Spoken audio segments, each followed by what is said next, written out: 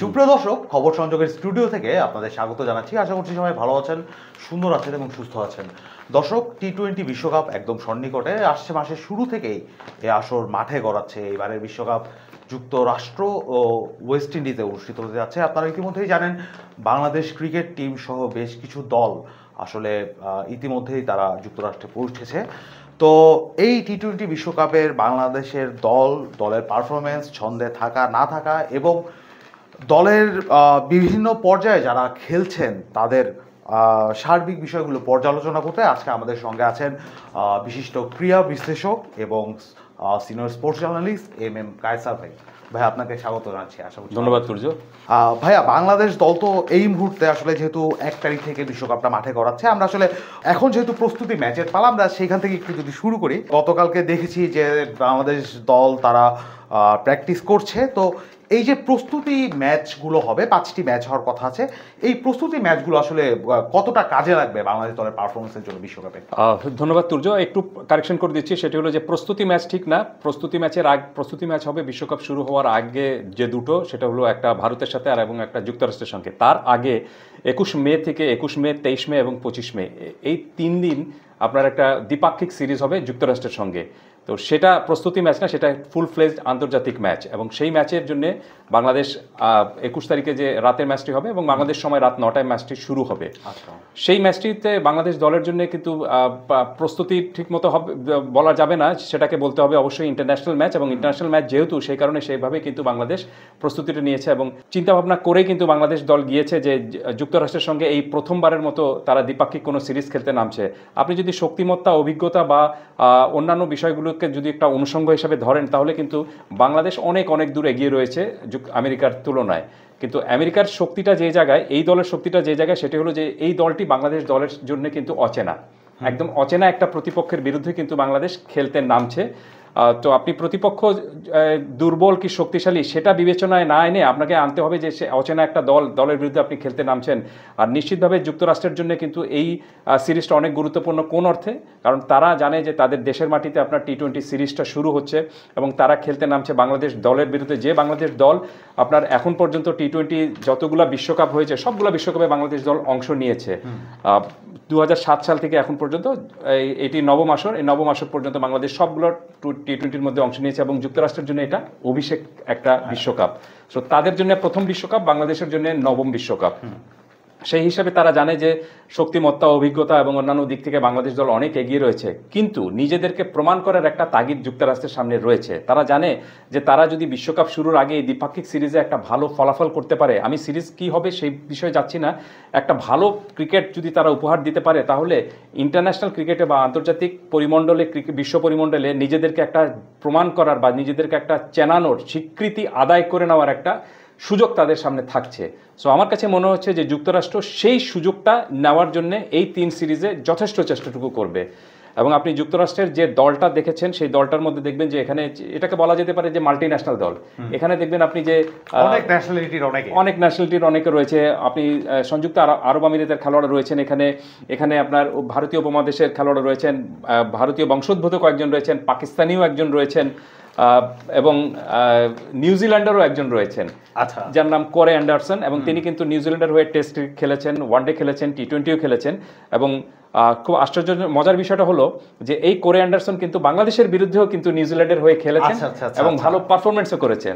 তো সবকিছু মিলে আমার কাছে মনে হচ্ছে যে এই যে 3 ম্যাচের একটা সিরিজ হতে যাচ্ছে, ইটস ভেরি ইন্টারেস্টিং একটা সিরিজ হবে যুক্তরাষ্ট্রের জন্য এবং বাংলাদেশের জন্য একটা চ্যালেঞ্জের সিরিজটা হবে। কারণ বাংলাদেশ দল, আপনি জানেন যে যেটি একটু আগে বললাম যে খুব অভিজ্ঞতা সম্পন্ন একটা দল, সবগুলা বিশ্বকাপে খেলেছে। সেই দলটা এই আপনার নতুন অচেনা একটা যুক্তরাষ্ট্রের বিরুদ্ধে খেলতে নামলে, সেটাতে যদি 3-0 জিতেও যায়, খুব বেশি বাহবা বা হাততালি পাওয়ার কোনো কিছু নেই। কিন্তু যদি কোনো কারণে কোনো ম্যাচে স্লিপ আউট হয়, তখন কিন্তু সমালোচনার শুল বিধতে শুরু করবে। সো এই জিনিসটা বাংলাদেশ খুব ভালো করে জানে।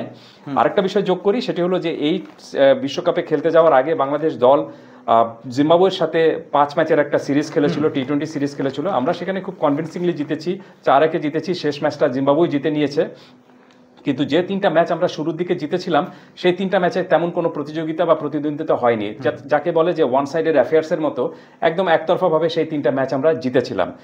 তো সেইভাবে জিতেও বাংলাদেশ এই বিশ্বকাপে খেলতে গিয়েছে এখন, কিন্তু অনেক বড় একটা সমস্যা বা সংকট সঙ্গে নিয়ে গিয়েছে। সংকটটা কি? সংকটটা হলো যে বাংলাদেশ জিম্বাবুয়েকে খুব সহজে হারিয়েছে, কিন্তু টপ অর্ডার যে ব্যাটার যারা রয়েছেন সেই টপ অর্ডার ব্যাটারদের মধ্যে কিন্তু আপনার ম্যাক্সিমাম ব্যাটাররা রান পাননি। দুটো নাম উল্লেখ করব, একটা হলো ক্যাপ্টেন নাজমুল হাসান শান্ত নিজে, এবং আপনার ওপেনার লিটন দাস। আমরা হয়তো আলোচনায় সেই প্রসঙ্গে আসব। তো সব কিছু মিলে আমার কাছে মনে হচ্ছে যে এই 3 ম্যাচের সিরিজ যুক্তরাষ্ট্রের সাথে, সেটি যতখানি না আপনার যুক্তরাষ্ট্রের জন্য আপনার কঠিন বা চ্যালেঞ্জের, তার চেয়ে অনেক বেশি চ্যালেঞ্জের কিন্তু আপনি সফরকারী বাংলাদেশ দলের জন্য। কারণ হিসাবে যেটি বললাম যে এই 3টি ম্যাচে কোনোটাতে বাংলাদেশের স্লিপ আউট হওয়ার কোনো উপায় নেই।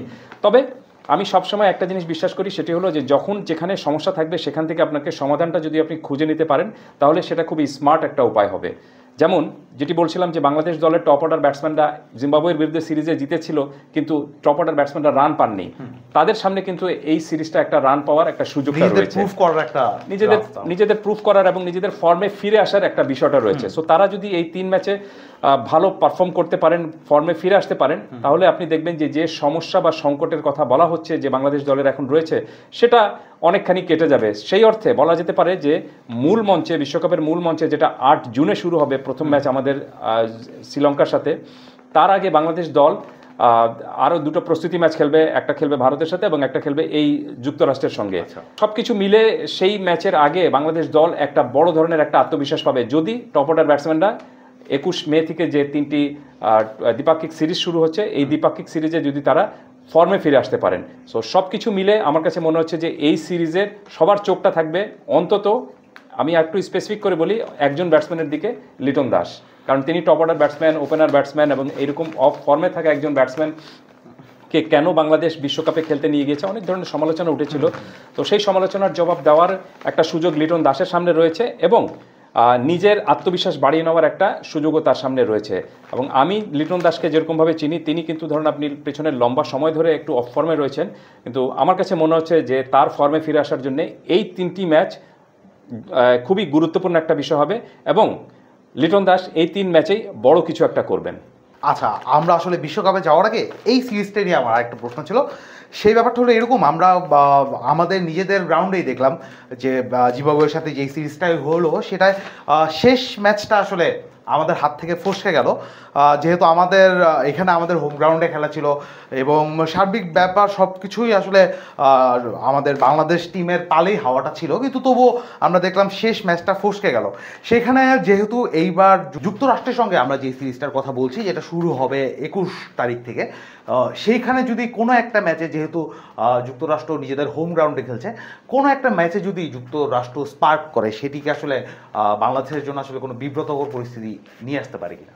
আপনি চমক বলছেন, আমি তো বলবো যুক্তরাষ্ট্র যদি এই 3 ম্যাচের সিরিজে যদি ভালো কোনো কিছু করে ফেলে বা বড় কোনো কিছু করে ফেলে, আমি জয় পরাজয়ের কথা বলছি না, বড় কোনো কিছু যদি করে ফেলে, তাহলে দেখবেন যে সেটি বাংলাদেশ দলের জন্য মোটেও চমকপ্রদ কোনো কিছু হবে না। সেটা হয়তো অন্য দলের জন্য বা আপনি যুক্তরাষ্ট্রের জন্য চমকপ্রদ হবে, এবং বাংলাদেশের জন্য সেটা কিন্তু আপসেট হবে। হ্যাঁ, সেটাই। কারণ এই বিশ্বকাপে বাংলাদেশ কিন্তু আপনার অনেক আশা নিয়ে গিয়েছে, এবং বিশ্বকাপ বাংলাদেশ, যেটি একটু আগে বললাম যে বাংলাদেশ দল অনেক অভিজ্ঞ দল এবং যুক্তরাষ্ট্র মাত্র নতুন দল। সো আপনি শক্তিমত্তার বিচারে যুক্তরাষ্ট্রের কিন্তু কোনো মতেই বাংলাদেশ দলের সঙ্গে তুলনায় আসা উচিত না, র্যাঙ্কিংয়েও তারা অনেক পিছিয়ে রয়েছে।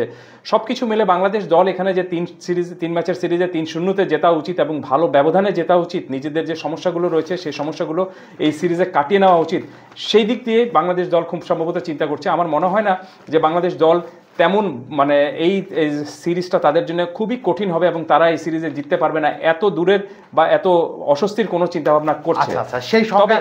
তবে মনে রাখতে হবে সেটি হলো যে এটা T20 ম্যাচ, এবং T20 ম্যাচ, যে ম্যাচে কোনো দলকে আপনি কিন্তু ছোট বড় কোনো প্রতিপক্ষ মানতে পারেন না। এখানে দেখবেন আপনি যে গিভেন ডেতে যে দল ভালো পারফরমেন্স করছে সেই দল কিন্তু আপনি জয় পেয়ে মাঠ ছাড়ছে। এর আগেও আমরা সেটা দেখেছি, আমরা কিছুদিন আগেও দেখলাম যে আয়ারল্যান্ড কিন্তু পাকিস্তানের মাটিতে পাকিস্তানকে কিন্তু হারিয়ে দিয়েছে, এবং খুব ভালো আপনি রান চেস করে তারা কিন্তু পাকিস্তানকে একটা T20 ম্যাচে হারিয়েছে। যদিও সিরিজটা পাকিস্তান জিতেছে, কিন্তু একটা ম্যাচে আয়ারল্যান্ড পাকিস্তানকে হারিয়ে দিয়েছে। এবং বাংলাদেশ দলের এই আশঙ্কার কথা আপনি যেটা বললেন, বাংলাদেশ দল কিন্তু এই ধরনের সংখ্যায় অনেকবার পড়েছিল এবং গর্তে পড়েও ছিল। কারণ আমরা T20 বিশ্বকাপের মতো আসরে হংকংয়ের কাছে হেরেছি, আমরা স্কটল্যান্ডের কাছেও হেরেছি, কিন্তু আমার কাছে মনে হচ্ছে যে এই বিশ্বকাপের জন্য বাংলাদেশ যে প্রস্তুতি নিয়ে গিয়েছে এবং এই বিশ্বকাপের জন্য বাংলাদেশ দলের এখন যে ব্যালেন্সটা যদি বলেন আপনি, তাতে আমার কাছে পরিষ্কার মনে হচ্ছে যে যুক্তরাষ্ট্রের সঙ্গে এই সিরিজটা বাংলাদেশের সহজ ব্যবধানে এবং 3-0তেই জেতা উচিত। এখন আমরা আসলে বিশ্বকাপের মূল পর্বর একটু ফোকাস করি। তো বাংলাদেশ ক্রিকেট টিমকে আমরা দেখলাম, শ্রীলঙ্কার সাথে সিরিজটা আমরা দেখলাম, জিম্বাবুয়ের সঙ্গে সিরিজটা দেখলাম। তো সার্বিকভাবে আপনার কাছে কি মনে হয় যে টাইগাররা খুব ছন্দে আছে? আর এখন তারা যতটুকু ছন্দে আছে, এই ছন্দটা আসলে তাদের বিশ্বকাপে কত দূর পর্যন্ত পৌঁছাতে পারে? টি-20 বিশ্বকাপের কথা যদি বলেন, দেখুন টি-20 বিশ্বকাপ বাংলাদেশ খেলছে 2007 সাল থেকে, কিন্তু এখন পর্যন্ত আমরা বিশ্বকাপের মূল মঞ্চে বড় কোনো দলকে তেমন হারাতে পারিনি। একটু কারেকশনে যাই, সেটি হলো যে হারিয়েছিলাম প্রথম যে বিশ্বকাপ আমরা খেলেছিলাম 2007-এ, সেটা ওয়েস্ট ইন্ডিজকে হারিয়েছিলাম। তারপর থেকে কিন্তু আমরা মূল মঞ্চে অনেক দলের সঙ্গে জিতেছি, কিন্তু ওমানের সাথে জিতেছি, আমরা কখনো আয়ারল্যান্ডের সাথে জিতেছি, নেপালের সাথে জিতেছি, কিন্তু বড় কোনো দলকে, অর্থাৎ র্যাঙ্কিংয়ে বাংলাদেশের চেয়ে এগিয়ে থাকা দল যারা রয়েছে, অর্থাৎ টুর্নামেন্টের টপ সিডেড দলগুলো যারা রয়েছে বা ফেভারিট দলগুলো যারা রয়েছিল, তাদেরকে আমরা কিন্তু হারাতে পারিনি মূল মঞ্চে। সেটি আমাদের জন্য অনেক বড় একটা ব্যর্থতার বিষয়। আমি সবসময় এটা ক্রিকেট দলের যারা রয়েছেন, ক্রিকেটাররা রয়েছেন, তারাও কিন্তু সেটা মনে করে থাকেন যে বিশ্বকাপে কি তাহলে বাংলাদেশ শুধুমাত্র একটা পার্টিসিপেটরি দল হিসেবে খেলতে যাচ্ছে? এতগুলো বিশ্বকাপ খেলে ফেলেছি আমরা, এখন পর্যন্ত কখনোই কিন্তু সেমিফাইনালে যেতে পারিনি।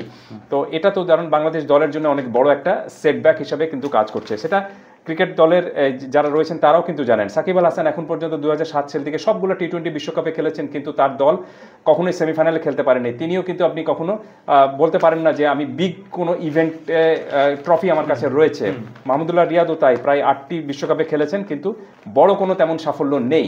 সো আমার কাছে মনে হচ্ছে যে এবারের এই বিশ্বকাপটা অন্তত সিনিয়র ক্রিকেটার দুজন, যে সিনিয়র দুজনের নাম বললাম, মাহমুদুল্লাহ রিয়াদ এবং সাকিব আল হাসান, তাদের জন্য খুব সম্ভবত এটি শেষ বিশ্বকাপ হতে যাচ্ছে টি-20 ফরম্যাটে। খুব সম্ভবত তারাও চাইবেন যে আমরা যেহেতু এতগুলো বিশ্বকাপ খেলেছি, অন্তত মনে রাখার মতো বা স্মরণীয় কোনো একটা স্মৃতি নিয়ে যেন এই বিশ্বকাপ থেকে ফিরতে পারি, সেই চেষ্টাটুকু করব। এবং দলের তরুণ ক্রিকেটার যারা রয়েছেন তারাও হয়তো চাইবেন যে এই দুই ক্রিকেটারের আপনার ফেয়ারওয়েলটা অন্তত যেন ভালো হয়, বিশ্বকাপের আসর থেকে ফেয়ারওয়েলটা যেন একটা ভালো হয়। তারাও হয়তো নিজেদেরকে একটা ভালো তাগিদ রয়েছে কিছু একটা ভালো পারফর্ম করার জন্য। এই বিশ্বকাপের দ্বিতীয় রাউন্ডে বা পরের রাউন্ডে আমাদেরকে যেতে হলে যে সামনে যে 4 প্রতিপক্ষ রয়েছে, সেই 4 প্রতিপক্ষের মধ্যে অন্তত 3টা ম্যাচ আমাদেরকে জিততে হবে। প্রথম ম্যাচ খেলতে হবে আমাদেরকে শ্রীলঙ্কার সাথে, তারপরে দক্ষিণ আফ্রিকা, তারপরে নেদারল্যান্ডস এবং নেপাল। প্রথম দুটি ম্যাচ শ্রীলঙ্কা এবং দক্ষিণ আফ্রিকার বিরুদ্ধে যে ম্যাচ, সেই ম্যাচটা কিন্তু আপনার আমেরিকায় হবে, যুক্তরাষ্ট্রের মাটিতে হবে। পরের দুটো ম্যাচ হবে ওয়েস্ট ইন্ডিজের মাটিতে। দ্যাট মিনস আপনি কিন্তু কন্ডিশন, উইকেট, আবহাওয়া সব কিছু কিন্তু একটু আপনার ডিফারেন্ট থাকবে। কিন্তু সমস্যাটা হলো যে বাংলাদেশ দল কিন্তু আপনি নেদারল্যান্ড এবং নেপালের সাথে জেতাটা তাদের জন্য এক অর্থে কিন্তু গ্যারান্টেড। এই ম্যাচ আমরা জিতবই নিশ্চিতভাবে। কিন্তু বাকি যে প্রতিপক্ষ, এই দুই প্রতিপক্ষের মধ্যে অন্তত একটা প্রতিপক্ষকে হারাতে হবে, এবং তাহলে যদি আপনি 3টি ম্যাচ জিততে পারেন তাহলে আপনি সেকেন্ড রাউন্ডে যাওয়ার একটা যোগ্যতা অর্জন করবেন।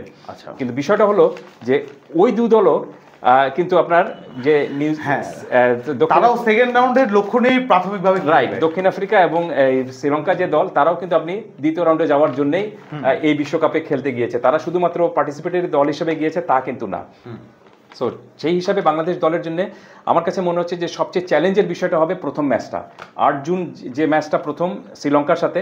সেই ম্যাচটা যদি বাংলাদেশ জিততে পারে, তাহলে সাউথ আফ্রিকার সাথে যদি আমরা হারিও, কারণ আপনি জানেন যে সাউথ আফ্রিকার শক্তি এবং আপনার র্যাঙ্কিংয়ের বিচারে টপ ফেভারিট সিডেড দল হিসেবে বাংলাদেশের তুলনায় অনেক এগিয়ে রয়েছে। সেই হিসাবে বাংলাদেশ টার্গেট করছে আপনার যে 3টি ম্যাচ। প্রথম ম্যাচটি হলো শ্রীলঙ্কার বিরুদ্ধে, এবং তারপরে যে দুটো ম্যাচ জিততে চায় বাংলাদেশ, নেদারল্যান্ডস এবং নেপালের বিরুদ্ধে।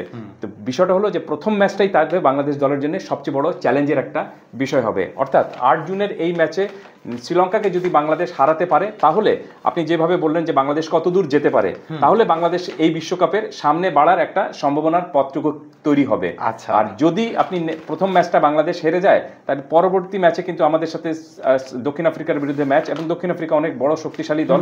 আমরা যে দক্ষিণ আফ্রিকার বিরুদ্ধে জিতবো না বা দক্ষিণ আফ্রিকাকে হারাতে পারি না, আমি সেটি বলছি না, আমি সম্ভাবনার কথা বলছি। এবং এই বিশ্বকাপে বাংলাদেশের যে প্ল্যানটা নিয়ে গিয়েছে, সেই প্ল্যানের মানে অংশ হিসাবে এই মূলত এটি রয়েছে যে প্রথম ম্যাচে আমরা জিতবো, দক্ষিণ আফ্রিকার সাথে আমরা হারি জিতি সেটা বড় বিষয় না, কিন্তু পরের 2 ম্যাচে জিতেই আমরা বিশ্বকাপের পরবর্তী রাউন্ডে যাব। অন্তত এই ইকুয়েশনটা নিয়ে বাংলাদেশ গিয়েছে। সেই হিসাবে শ্রীলঙ্কার সাথে যে 8 জুনের প্রথম ম্যাচটা, that is most all important match, সেটা আমাদের যে কোনো মূল্যে জিততে হবে। আচ্ছা, এই ক্ষেত্রে যদি আমরা বলতে চাই, এই যে সার্বিক পরিস্থিতি যেটা আপনি বললেন, প্রথম ম্যাচেই আসলে জেতার একটা তাগিদ থাকতে হবে টাইগারদের, সেইখানে আসলে শ্রীলঙ্কাও আসলে ফেলে দেওয়ার মতো দল না। তো এইটা কি আসলে আমাদের খেলোয়াড়দের উপর একটা বাড়তি চাপ সৃষ্টি করবে কিনা, আর সেই চাপটা আমাদের খেলোয়াড়রা আসলে সামলে উঠতে পারবেন কিনা?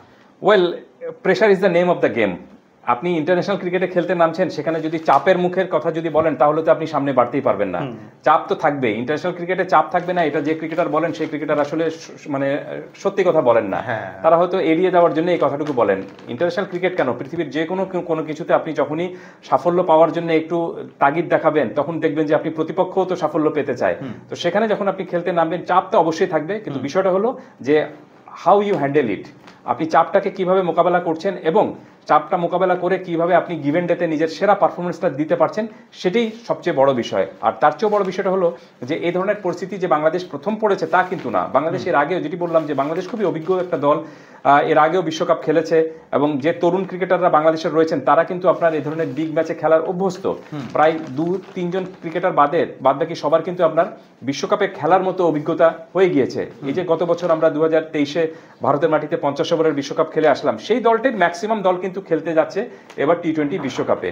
কয়েকজন একটু পরিবর্তন এসেছে, কিন্তু আমার মনে হয় না যে এই খেলোয়াড়রা সেটাতে খুব বড় কোনো ধরনের চাপে পড়বেন, অথবা ইন্টারন্যাশনাল ক্রিকেটের সঙ্গে তারা অভ্যস্ত নন এই ধরনের কোনো বিষয় বা সমস্যায় তারা পড়বেন। সো চাপকে জয় করতেই হবে যদি জিততে হয়, এবং সে সঙ্গে মনে রাখতে হবে যে ইন্টারন্যাশনাল ক্রিকেটে যখনই আপনি খেলতে নামবেন তখন কিন্তু প্রেশারটুকু থাকবে, এবং সেই প্রেশার কত স্মার্টলি আপনি হ্যান্ডেল করতে পারছেন, হ্যান্ডেল করে নিজের সেরাটুকু দিতে পারছেন। প্রথমে বলছিলাম যে আমাদের কয়েকজন খেলোয়াড়ের কথা, যেমন লিটন দাস, আমরা জিম্বাবুয়ে সিরিজ দেখলাম, তার আগে শ্রীলঙ্কার সাথে সিরিজ দেখলাম।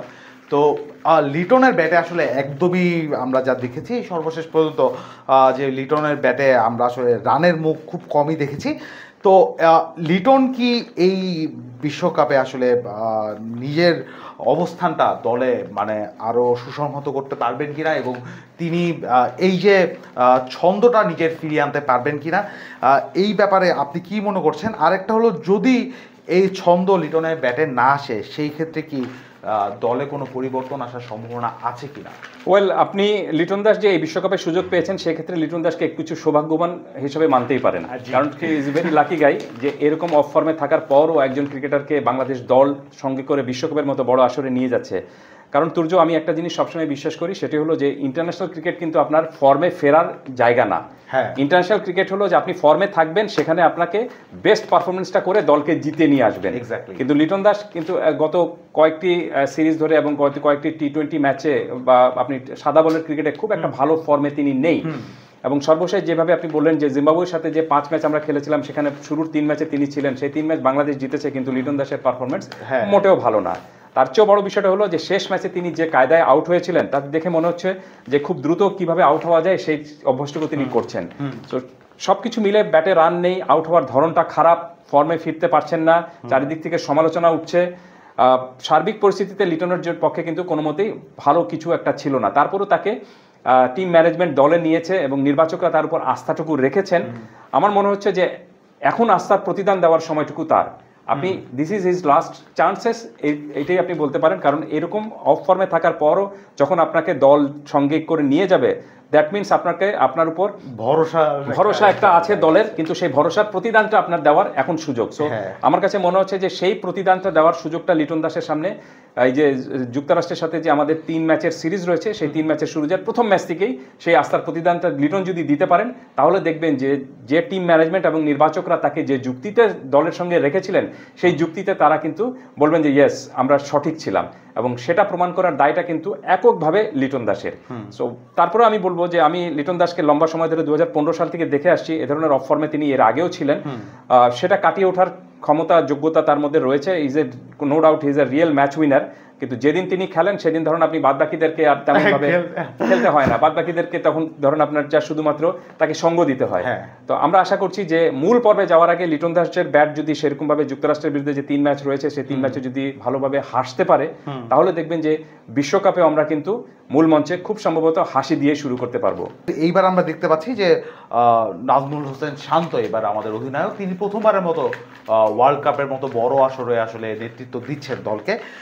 যদিও আসলে শান্তর 3 ফরম্যাটেই আসলে ক্যাপ্টেন্সির এক্সপিরিয়েন্সটা আছে, তো এই বড় আসরে আসলে শান্ত অধিনায়ক হিসাবে আসলে তিনি যে বড় অভিজ্ঞতার ঝুলি আছে সেটাকে আসলে কাজে লাগাতে পারবেন বলে মনে করছেন? দেখুন, অভিজ্ঞতা হিসাবে কিন্তু নাজমুল হোসেন শান্তর অভিজ্ঞতা মানে বিশ্বকাপের মতো আসলে অভিজ্ঞতা কিন্তু আগে হয়ে গিয়েছে। 2023 সালের যে বিশ্বকাপ ছিল সেখানে 2টি ম্যাচে তিনি কিন্তু আপনি ক্যাপ্টেন্সি করেছেন।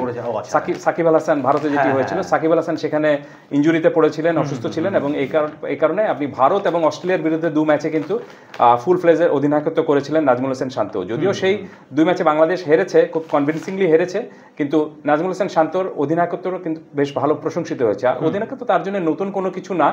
টেস্ট দলের অধিনায়কত্ব তিনি করেছেন, নিউজিল্যান্ডের মতো দলকে বাংলাদেশের মাটিতে তার অধিনায়কত্বে দল হারিয়েছে, এবং নিউজিল্যান্ডের মাটিতেও তিনি যখন অধিনায়ক হিসেবে গিয়েছিলেন সেখানেও তার সাফল্য রয়েছে। কিন্তু বিষয়টা হলো যে নাজমুল হোসেন শান্তর সঙ্গে কিন্তু লিটন দাসের কিছুটা মিল খুঁজে পাওয়া যাচ্ছে।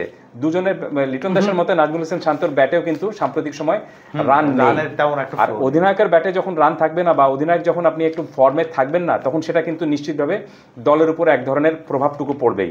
কারণ অধিনায়ককে বলতে হয়, সবসময় একটা বলা হয় যে লিডিং ফ্রম দ্য ফ্রন্ট, অর্থাৎ লিডিং ফ্রম দ্য ফ্রন্ট মানে এটা না যে আপনি দলের সবসময় সামনে থাকবেন। আপনি দলের সামনে থাকবেন কোনভাবে, কিভাবে?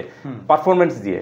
আপনি নিজে পারফর্ম যখন করবেন তখন দলের বাকি যে 10 জন রয়েছেন সেই 10 জনের মধ্যে একটা আলাদা তাড়না বা তাগিদ তৈরি হয় যে ক্যাপ্টেন যখন এরকম করছে আমি কেন করব না, আমিও একটু আমার বাড়তি তাগিদটা দেখাই বা বাড়তি চেষ্টাটুকু দেখাই।